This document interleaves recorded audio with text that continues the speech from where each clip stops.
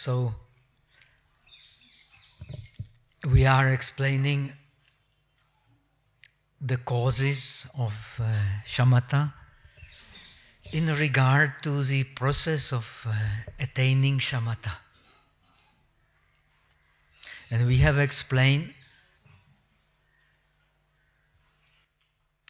the shamatha actually means the real mind. We have explained the learning shamatha means the cultivation of the mind to attain the real mind. This explanation is especially important in order to understand the approach to shamatha by the Mahayana teachers. So actually learning shamatha means to become the mind literally. Chitta bhavana. The chitta means mind, the bhavana from the Sanskrit root bhu, to become the mind. We learn shamatha to become the mind.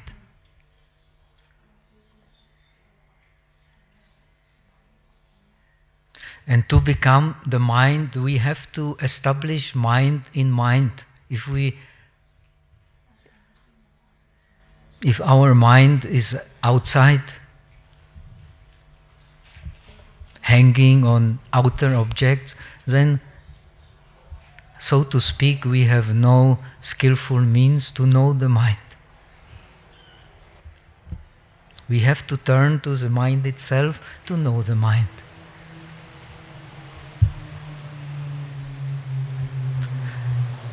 So, that is why we have to know the mind, we have to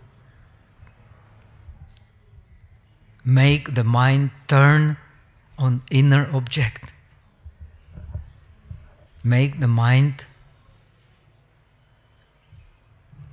concerned with the inner object. And the inner object is the meditation object. We have explained the meditation objects can be only mental objects because only mental consciousness can practice concentration and wisdom. This ability does not belong to the five senses.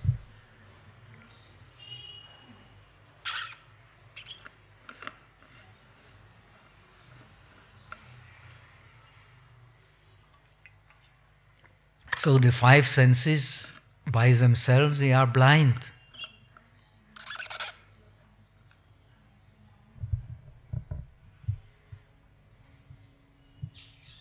It is the mind itself which can open the mind, to that which eventually can liberate the mind to concentration and wisdom.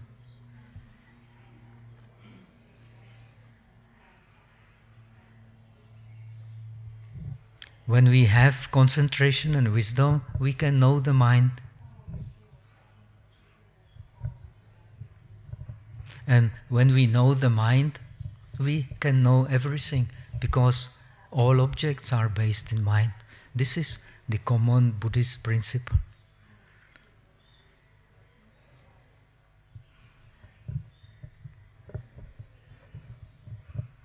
So, however we explain Buddhism, this principle is common.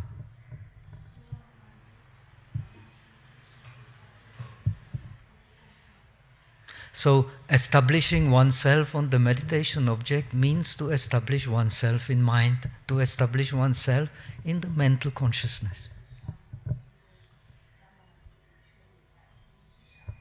That is why the first step to shamatha, as explained by Mahayana teacher, is called stapayati, which literally means establishing oneself. Where? In the mind, through the meditation object.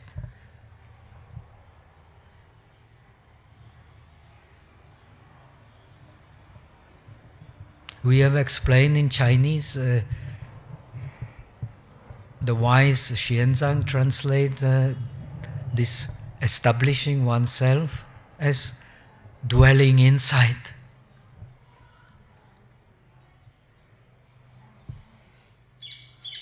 This is also very important for his understanding to the process of meditation, which has directly or indirectly influenced the whole of Chinese tradition of meditation.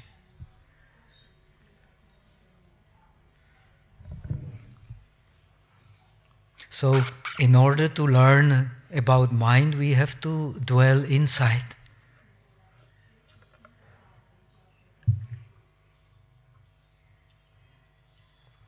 We have to make the mind to turn on itself.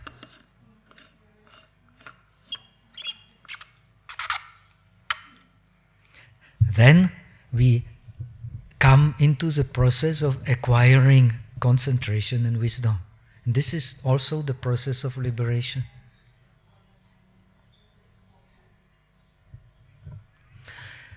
Now we have explained, in order to establish the mind inside, in order to let it dwell inside, we have to remove laziness. And we have explained this laziness actually is not only laziness, it implies many other things. It actually implies our negligence to practice mindfulness. Because we don't practice mindfulness, we are negligent. And because we are negligent, we cannot know. The negligent mind is ignorance. And it has no access to removing ignorance.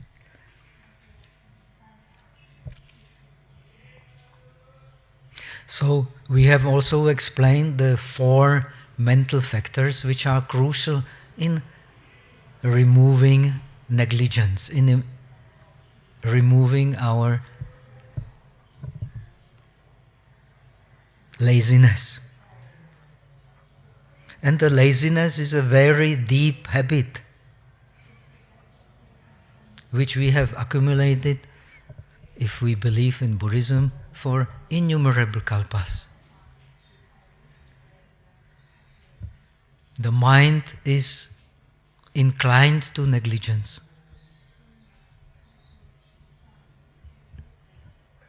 So the Buddha often explained the whole process of learning meditation by acquiring mindfulness, fighting with negligence.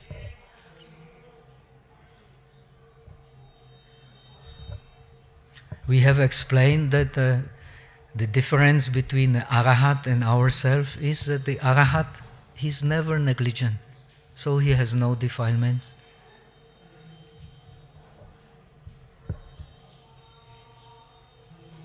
So, from the point of view of the disciples, he has learned everything what is there to learn.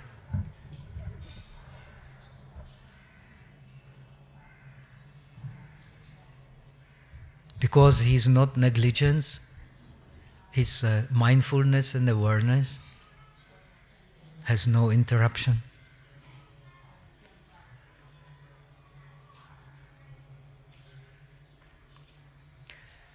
Now we have also explained that the Bodhisattva practice is non-dualistic. So the Bodhisattva has actually to practice negligence with a double effort.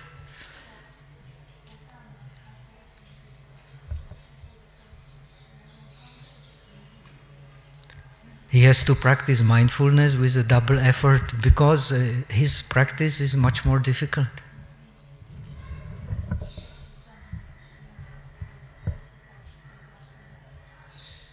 He cannot separate his suffering from the suffering of all sentient beings. He cannot separate his joy from the joy of all sentient beings.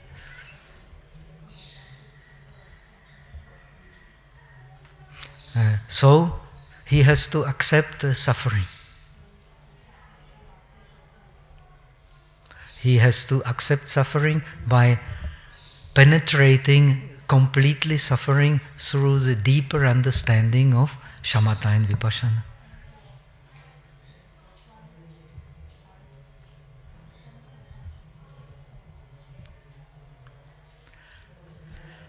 And this deep understanding of Shamatha and Vipassana is based on the practice of bodhicitta. So the whole process of Shamatha and Vipassana by Mahayana teachers like Asanga in Bodhisattva Bhumi of the Yogacara Bhumi Shastra is explained as the progress of bodhicitta.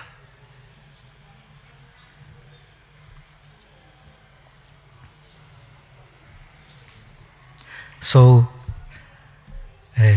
the Bodhisattva practices Shamatha and Vipassana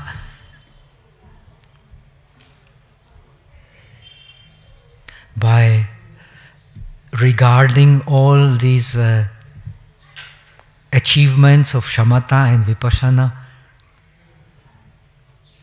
all the states of dhyana, all the states of supernatural powers,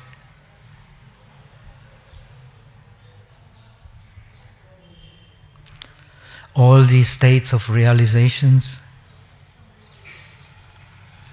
as being empty of self-existent nature. This is how he is willing to expose himself to suffering and learn through exposing oneself to suffering to penetrate deeper and deeper into the truth of suffering.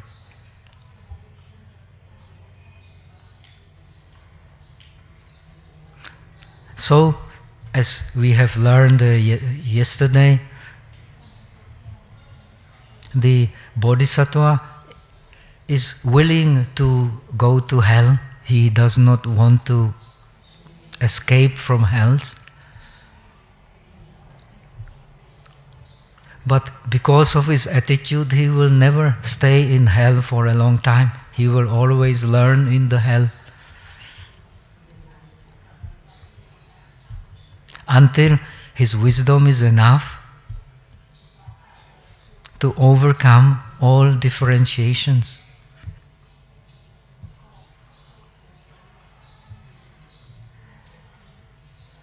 Then he stays in the perfect balance of mind, not distinguishing between samsara and nirvana.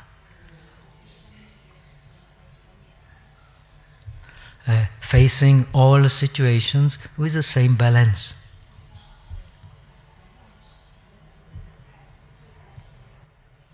Therefore, it is very important to understand the Mahayana teachers do not explain the scope of Shamatha as 8 samapatis, Tengzhi, but as 9 stages of Shamatha. The last stage of Samatha means spontaneous attention.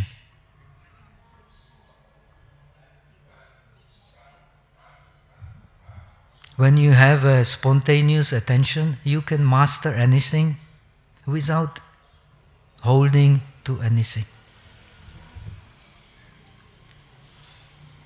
You can go into any jhanas you wish. contemplating their non-self-existent nature. He can practice all the supernatural powers based on jhanas, contemplating their non-self-existent nature.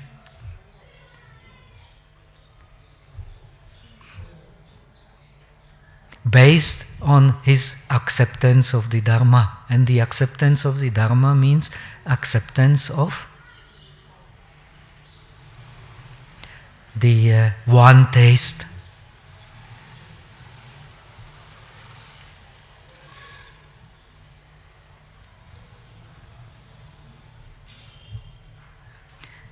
So he perfectly penetrates the state of an arahat, but does not become an arahat.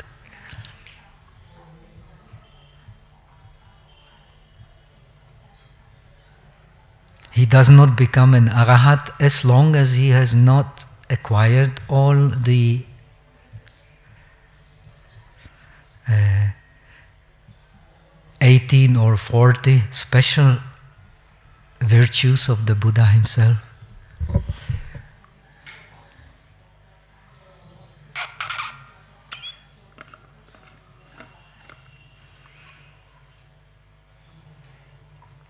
So, we are now discussing the understanding of Shamatha and Vipassana from the perspective of the Mahayana teachers.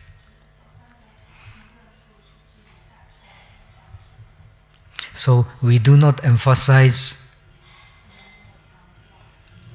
the practice of the absorptions of dhyanas, of the samapatis, of the attainments. We emphasize the practice of staying in spontaneous attention.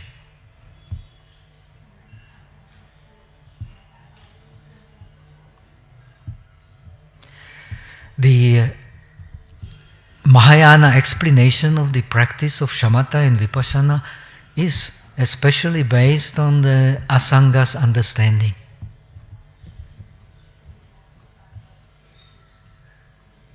For understanding Mahayana philosophy, the Nagarjuna is the base. For understanding the practice of Shamatha and Vipassana, Asanga is the base. These two bases, actually, they are very well reconcilable, and this is done in the Tibetan Buddhism. And even the Chinese Buddhism basically, even so, of course, accepts Nagarjuna's philosophy, is basically based on the Yogacara approach.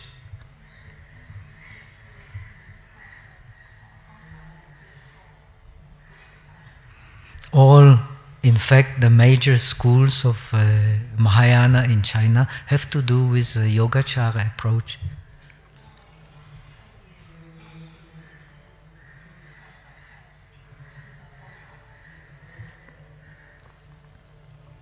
So, we have explained that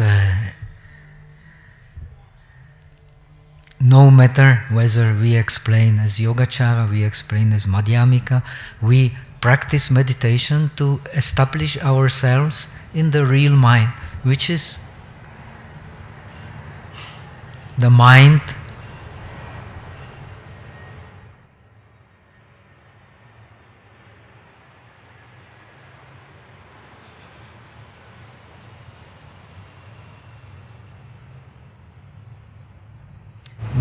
in which the defilements are guests, so to say.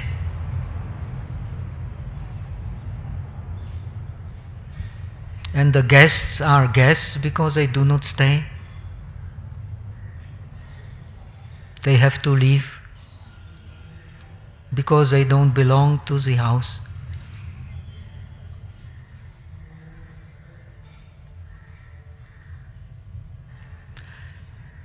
in order to understand that, then we practice with this understanding, we practice shamatha. When we have attained the shamatha, we dwell in the pure mind. When we dwell in the pure mind, our attention becomes spontaneous.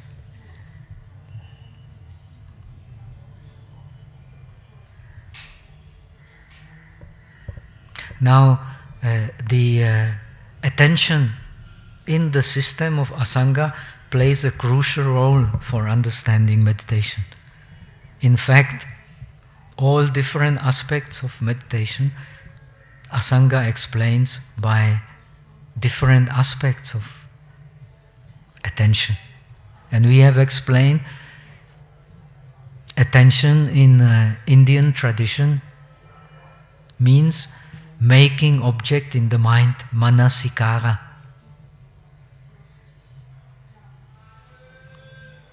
When we make the object in the mind, there is a process of thinking, process of cognition, process of understanding. When we don't make the object in the mind, what will happen? Very difficult to understand. One has to know by oneself. According to the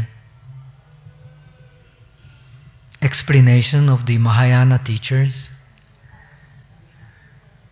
especially in Yogacara, as opposed to us, the Buddha does not need applied attention. He does not need attention to contemplate the objects. The objects arise spontaneously in his mind. So he does not need to search for the object. We have explained the vitarka is searching for the objects.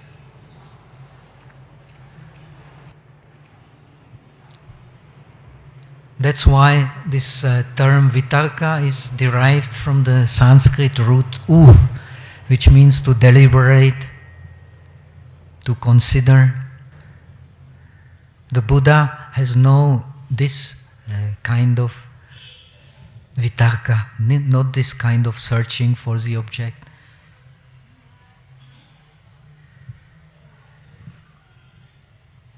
He just reflects the object as they are. In the tradition of Yogacara, this is called the wisdom of the great mirror.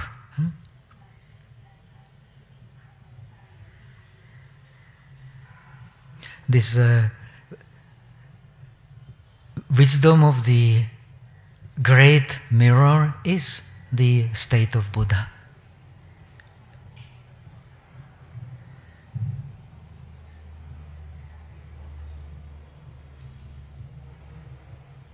And the understanding of the practice of shamatha in the bodhisattva path is based on the approach to the wisdom of the great mirror is practice continuously spontaneous attention.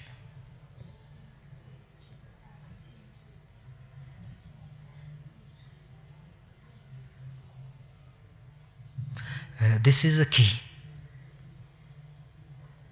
That is why in the Mahayana teachers, not like Abhidharma, do not explain the scope as we have explained of shamatha as the 8 samapatis, but as the 9 dwellings in the mind.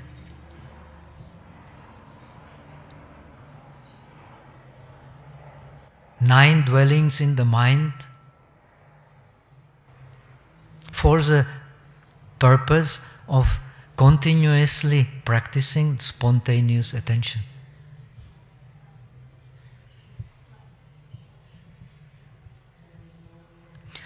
Now, when we have countered our negligence, we can go into the higher stages of dwelling in the mind. If we have not conquered our negligence, we cannot go into higher stages of dwelling in the mind. Impossible.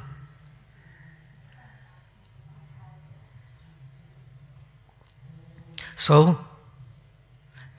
we are deluded about the nature of the mind.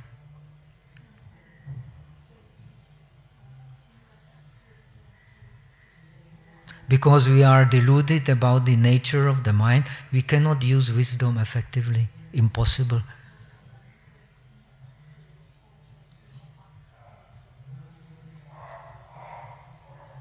In all Buddhist traditions, wisdom is based on samadhi. If there is no samadhi, no wisdom.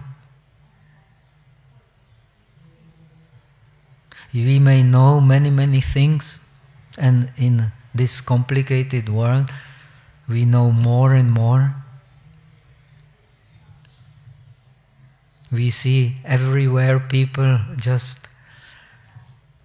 concerned with more informations. Everybody watching his cell phone, computer. But from the point of view of Buddhist perspective, this has nothing to do with wisdom.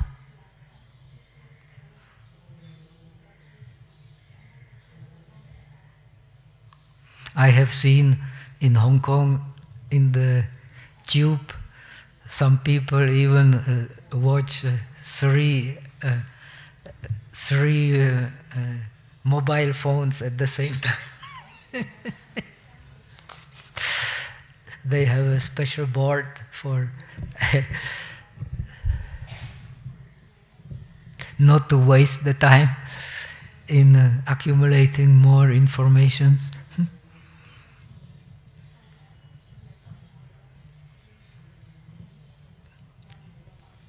They eventually know more and more.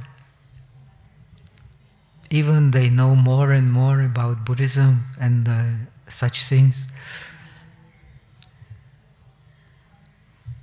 But they cannot extinguish their anger, they cannot extinguish their greed, they cannot extinguish their pride. No way. They cannot extinguish their jealousy. They cannot extinguish their miserliness. So what wisdom is that?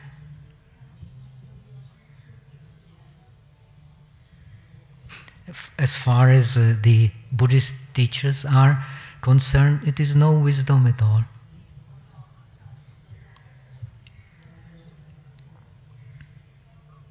So, when we understand that, in order to go to higher stages of samatha, the Mahayana teachers explain we need the power of wisdom from hearing and the power of wisdom from contemplation.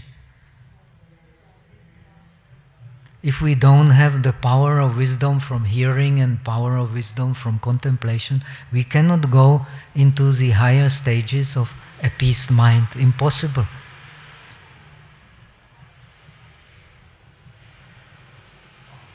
However much information we gather, we won't do it.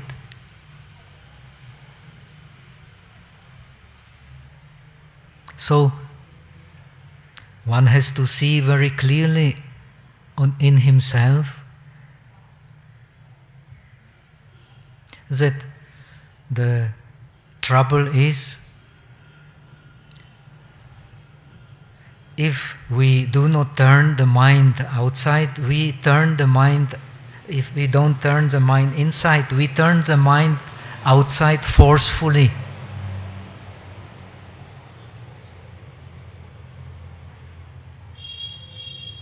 And because we turn the mind outside forcefully without mindfulness, we do not succeed in meditation.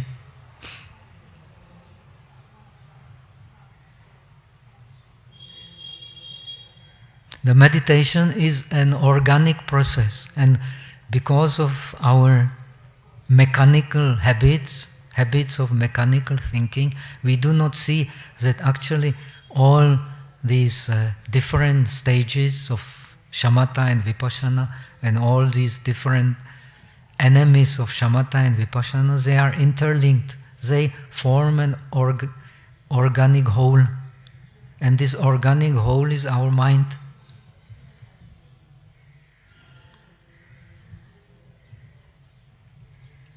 We cannot go outside of our mind to understand shamatha, to understand vipassana. When we study the mind, these different aspects of shamatha and vipassana, they will form a whole picture. As long as we don't go into the mind, we always separate. Now I attain the first stage, then I will attain the second stage by applying these and these antidotes, then I can apply the more advanced antidotes, then I can go to more higher stages. But all this is happening in one mind. Not in 2 minds, not in 3 minds, not in 4 minds.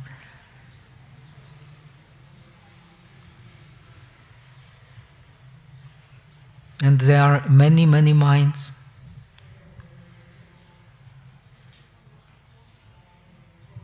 The mind which is hanging on the object is a kalapa, the agglomeration of minds. Same like a materiality is the agglomeration of the physical factors, like hardness, softness, smoothness, roughness, heaviness, lightness, color, smell.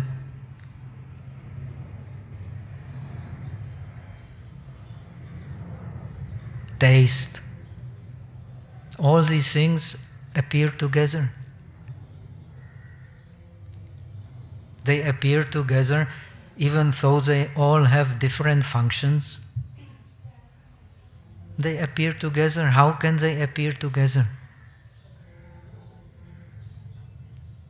Because from the very beginning they are part of the one whole.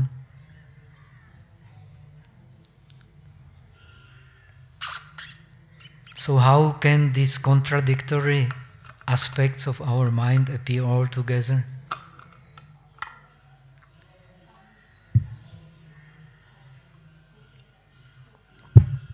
They all belong to the same mind.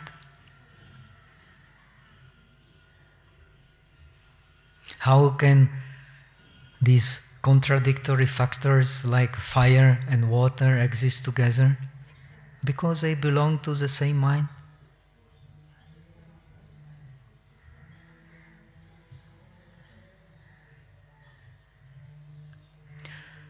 So, for understanding the approach to meditation as explained by the Mahayana teachers, one should contemplate these things. One should contemplate the teaching of the Mahayana sutras like Lankavatara, Sri Lanka, which says that this fire and water and so on, and color and smell and taste, they can exist together because of emptiness. Similarly, these contradictory mental factors like applied thought, sustained thought, attention, feeling, perception, will, they can exist together. How is this possible? They all have different functions, different manifestations. How can they exist together? Because of emptiness. Because of the non-self-existent nature of the phenomena. That is emptiness.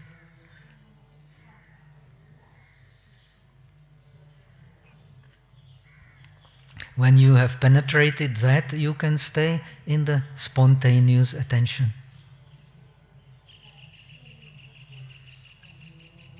So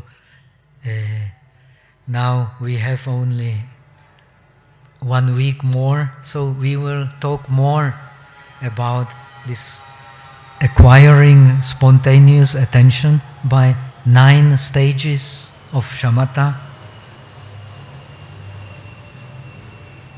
defeating the 5 mistakes of the mind. It is also very instructive that they are called mistakes, because why mistakes? They are the guests, and we take them for the landlords.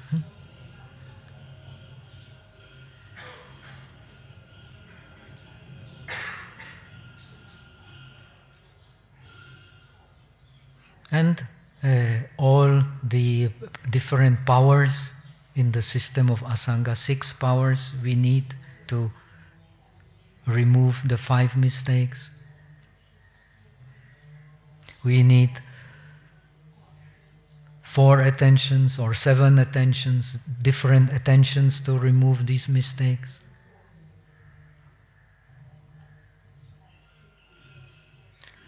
We need 8 antidotes to remove these mistakes. Many, many different aspects, and they all have to do with training in spontaneous attention. So now we have 15 minutes to concentrate the mind and use a meditation object, whichever you have found, to let it dwell inside. When it dwells inside, it can accumulate concentration and wisdom. If it goes outside, concentration and wisdom will not help.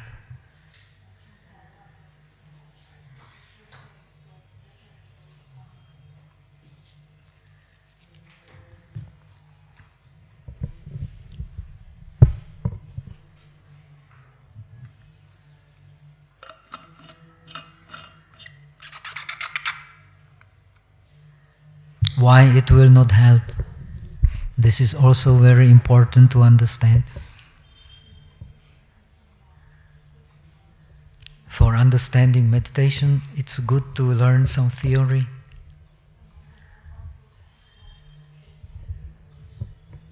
Because our objects, without our knowing, actually come from the basic mind, from the alaya consciousness.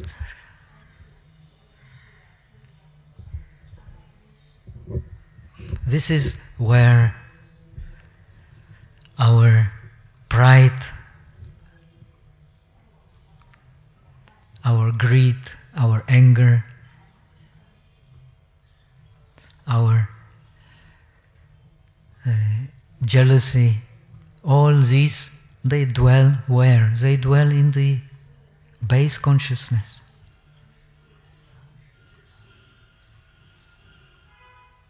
In Western psychology, they call it the subconscious mind, but actually the subconscious mind, it's not a good expression, because it is all one mind.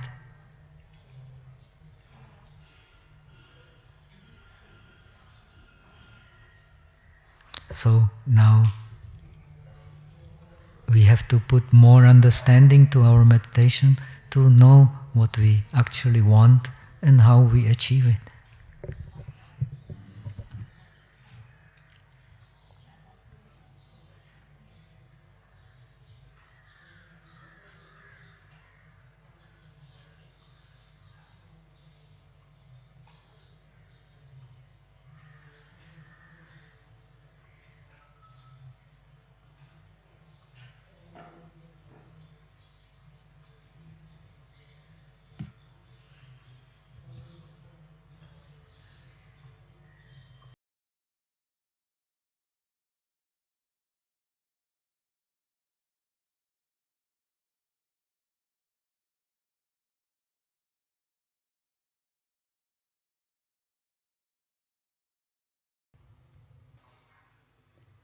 愿此功德普及一切我等一众生，皆共成佛道。May the merits we have gained spread to all beings, so that myself and them together attain the Buddhahood. Thank you.